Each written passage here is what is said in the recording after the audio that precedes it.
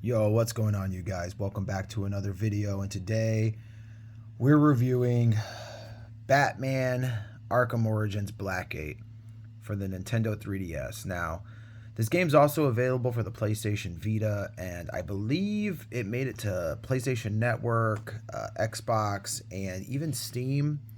And those are probably the versions to play if you're going to check this game out. Now, here's the thing. When I say a review, this is all off the cuff. I'm just going to kind of give you guys my general thoughts that come to mind as I reflect on this game and my time with it. And I've definitely got mixed feelings. I definitely have mixed feelings with this one. I think on one hand, it's got some qualities that I really appreciate and I enjoy. But on the other hand, the thing that lingers and sticks out the most about this game, now that I've beaten it, is just how pointless it is. And I hate to say that because I've shared already on the channel, I've discussed the game a little bit. In fact, my last video, my last upload, I talked about my general impressions, and ultimately what I had to say was that, the game's all right. It's pretty dang average. It's pretty mediocre. I think I said if I had to give it a 1 out of 10 rating, which I'm not necessarily a fan of because I think people's idea of what those numbers equal up to is skewed. But if I was to do that, I'd say it was probably a 5 out of 10 or a 6 out of 10. Now, again, one reason I don't want to do numbers is because I'm going to have to explain this sort of stuff every time. People hear that and they're like, whoa, that means it sucks. It's like, no, dude. 5 out of 10 literally means average. It means average, and 6 means slightly above average. Doesn't mean bad. It just doesn't mean good to great, right? And I wouldn't even necessarily say the game isn't good. It's just all right. I liked that about this game initially. I really did. I thought that it not being a super deep, thought-provoking experience allowed me to just kind of play something simple, sit back and enjoy my time with it, and not overcomplicate my time with it or not get bogged down. But I will admit, I did have to look up solutions for a couple of spots in this game where I got stuck. Not even a couple, a few, honestly. I probably had to look up solutions at least 5 times. And that goes into one of the glaring issues with this game. And that is its really bad level design. So here's the thing. Arkham Origins Blackgate, what makes it extremely unique and different from all the other Arkham games is the fact that it is a side-scroller through and through. Now, they do have some foreground and background interactions from time to time, but a very large majority of this game is just side-scrolling based. Oh, and by the way, if you hear a loud noise in the background, I do apologize. I'm installing a game on my PS5 right now, and it's a little noisy. I don't know if it's going to catch that or not, but in case you were wondering why the audio is so bad, that's why. But yeah, a lot of side scrolling. So, I mean, that doesn't necessarily mean it's got to be bad, right? Unfortunately, though, the game does suffer from some very convoluted, needlessly complex level design. And the map system isn't very good. So, it's very easy to get confused or lost on where to go or what to do next, especially when revisiting areas. And ultimately, while I spent a good solid chunk of this game feeling pretty good about it, feeling like, man, it's definitely mediocre. It's painfully mediocre, but I'm having a good time. I'd shared in my last video that most of this I played while I was at work, and I'm a professional driver. So if I've got downtime, I'm literally chilling in my vehicle, and I'll either, mess around on my phone, take a nap, make some phone calls, take care of some business, or play a little bit of a video game. And so this has been the game that I've been playing for the last few weeks. And, for that, it was really great. But if I guess that's one of the things I said in my last video, and I definitely want to make sure that's clear. If you're going to play this, taper your expectations. Come into it realizing that you're not going to play the most in-depth and involved Arkham experience. And I think when you see a Batman Arkham game on the 3DS or even the Vita, that, and you look at screenshots and you see it's just from 2D's perspective. Like, you kind of go in understanding that. At least I hope you would. But unfortunately, it just doesn't end there. The storyline is, and this is a little bit of spoilers. I guess something I should have said up front is when I review something, I'm going to go ahead and go into spoilers.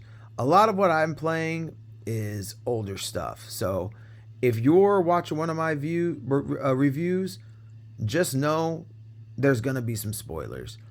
Maybe I won't get into specifics every time, but I'm certainly going to make declarations like I am right now. This doesn't give anything away, but I will say the storyline for this game is pointless. It goes nowhere. It leads to nothing that connects to any of the other games.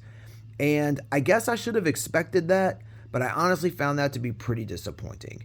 Now, granted, it doesn't do anything early on that gives you the impression that it's going to be some sort of storyline that is important or connects to anything else. It doesn't really do that. And yet, still, I found myself disappointed. And, man, so speaking of that poor level design, the way this game works is you're in Blackgate Prison, and there's 3 sections of the prison you get to explore. Each section is ran by 3 main villains: Black Mask, Joker, and the Penguin. And ultimately, you visit all 3 sections, you take each villain down, and that leads you to the end game. But unfortunately, the end game just feels like intense padding and really stupid and unnecessary. So I'll be honest, I'm not the most well-versed DC Comics fan or Batman fan, but one of the things that makes this game special, it is the introduction of Catwoman to Batman. Now, for people who've been keeping up with the Arkham games, the first time you met Catwoman in those games was Arkham City, but this is Arkham Origins. So this is when Batman met Catwoman, and that's pretty cool, right? But you get into the end game, and basically, you're now going to have to face Catwoman as the final villain. And she does something that to me seems very uncharacteristic of her, but I could be wrong. Honestly, you guys might know better than me. But essentially, she kidnaps 5 guards and straps bombs to them. And it's like, instead of chasing me, you should go save those guards. And she spreads them all throughout the prison.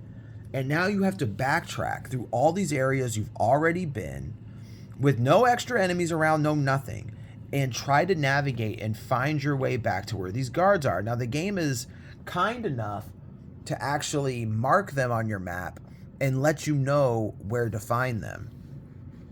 So that's nice, but getting to them is not exactly simple or easy, just due to how bad the map is, how confusing the level design is, and that there's just nothing really to kind of lead your way. And not necessarily saying I'd like something to lead my way, I just would like the map system to be better so that, I mean, I guess that's part of the thing. Maybe the level design wouldn't be so bad if the map system wasn't so bad. You're constantly going into a room and entering vents or going to higher levels, and the map never adjusts to accommodate to let you know what like flooring you're on, or the height or depth of which each room is that you're in.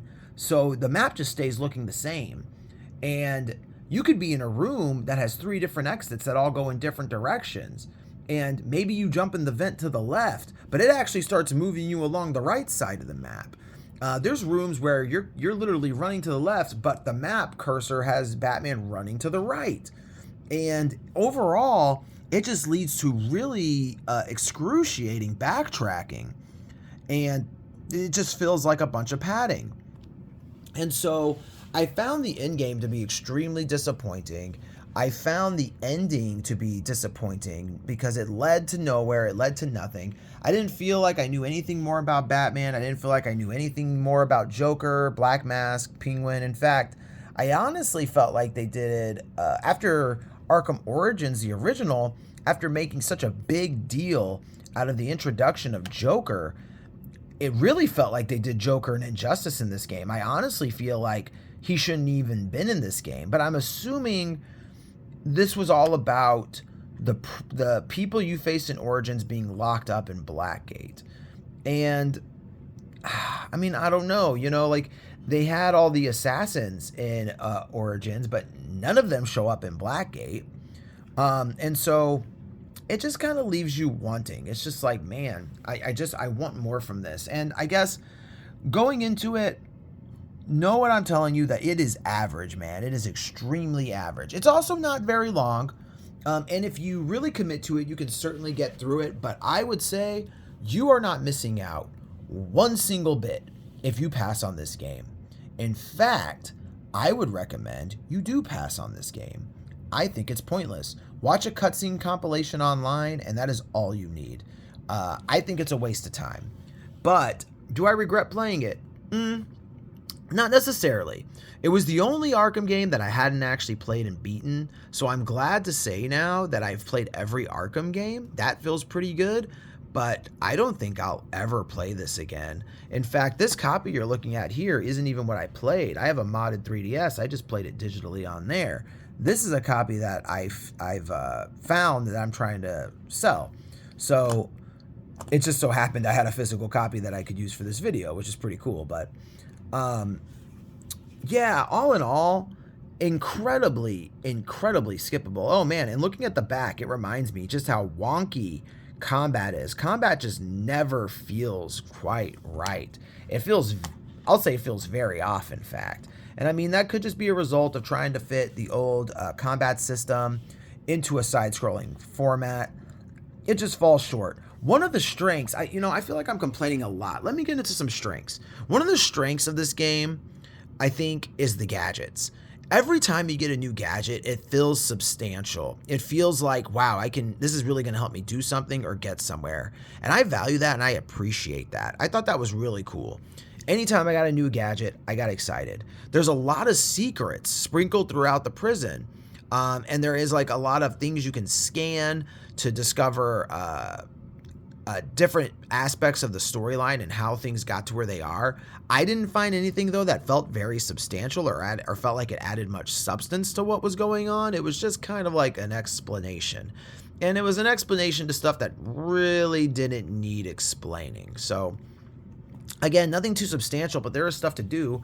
And a big problem with these secrets, though, and I'm trying to be positive here, a big problem with these secrets is you have to scan the screen to look for them. So you basically, at least on this version, you hold your thumb on an icon on the touchscreen, a little cursor shows up on the main screen, you use the circle pad to move that cursor around and scan the area around you and look to see if there's a secret around. And once you find a secret, it's called a case file. And once you find all pieces of the case file, you unlock more details of the story. And I think it unlocks like concept art and things like that. There is a new game plus. Apparently you can beat the bosses in a different order. And it gives you like different cutscenes and stuff like that. I'm sorry, man, but...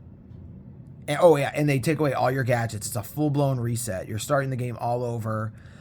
I think you keep your power-ups that you found, but not your gadgets, and you keep like costume pieces you found. But yeah, you start over without all the gadgets, so you're progressing just like you had before. And I don't know, man. I don't know. It just, all in all, I would not recommend this game. I would call this one a pass. And it's just too bad. It's just too bad.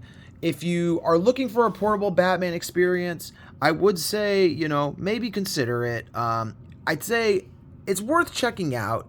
The problem is, by the time you've invested a good chunk of time into it, is when it really, it's when its shortcomings really become glaring, and it's just like, man, but I'm already like over halfway through the game. What do I do here? So, yeah. All in all, I cannot recommend this game. I think you're better off just watching a cutscene compilation online. Maybe a little bit of gameplay footage, maybe some boss fight footage, but all in all, nothing was really all that impressive.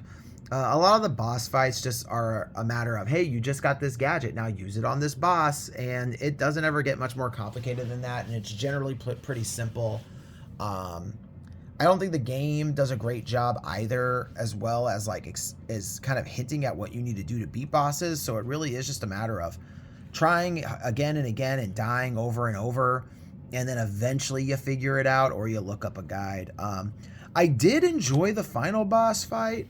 It took a few tries, but once I figured it out, I thought the final boss fight was pretty cool. I thought they did an alright job with that, but they teased something at the end of the game. It might even be post-credits, I think, but it leads to nothing. In fact, I'm going to spoil it here, so if you don't want to know about it, might be a good time. I'd say fast forward, I don't know, 10, 20 seconds. 3, 2, 1. They teased the formation of the Suicide Squad with Deadshot, and I believe the guy's name is Bronze Tiger. Bronze Tiger doesn't show up in the Suicide Squad game. He doesn't show up in any other Batman game.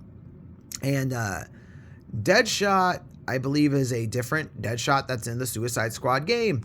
And nothing comes of that. Nothing at all. You don't ever hear about that ever again in a future Arkham game. So, again, this game is pointless. It just builds nothing. It does nothing. It leads to nothing. It really is just nothing. And if you want to play a Metroidvania, there are just way, way, way better options than this one, unfortunately. I did find it charming to be playing a portable Arkham game, especially this 3DS version, because it is hideous. It's extremely, extremely ugly. But I don't know. I found a charm in that. I enjoyed the comic book style cutscenes. I found a charm in that because it is very much of that era. It gave me some nostalgia. But ultimately, when it was all said and done, I was grateful to the game for keeping me company recently and helping fuel this desire to revisit all these Arkham games. It was a simple enough game that I appreciated it. Just having something to play while chilling at my job. But when it's all said and done, this is not a game I'll be playing again. In fact, I'm likely going to uninstall it and delete it from my 3DS. I just don't see any reason to revisit this one. If you've played this, let me know what you think in the comments. I'm sure there's a fan base for it. I'm not saying you're wrong for liking the game. It just definitely wasn't for me. I'd be curious to hear what you guys think about my thoughts, what you guys think about the game, or if maybe I said something that you thought misrepresented the game. Shout it out. If you like it, I'd love to talk about it. But yeah, so that's how I feel about Batman Arkham Origins Blackgate. It was a very impromptu game to bring up in the backlog, but I'm glad I played it. It's something that's been on my to-do list for a very long time. And that's all I got to say about that. So thanks for hanging out again as usual. Appreciate you guys. Hope to see you in the next one. And y'all take care. Peace.